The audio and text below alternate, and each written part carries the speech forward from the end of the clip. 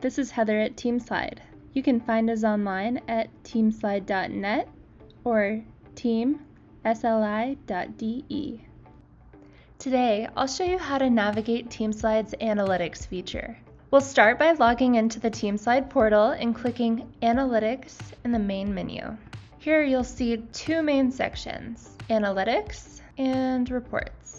In the Analytics section, you can see a graph of the searches, downloads, and users organized by date. If you hover over each bar, you can see statistics for that specific date.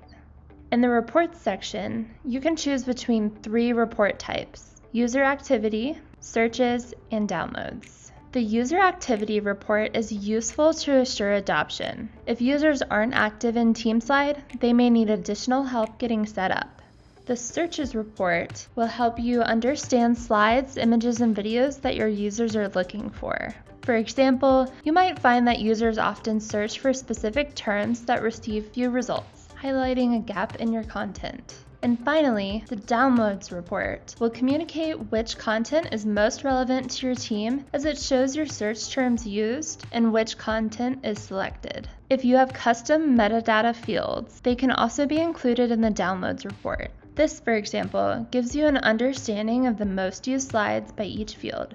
Next, you'll choose a predefined time period, or you can add a custom date range.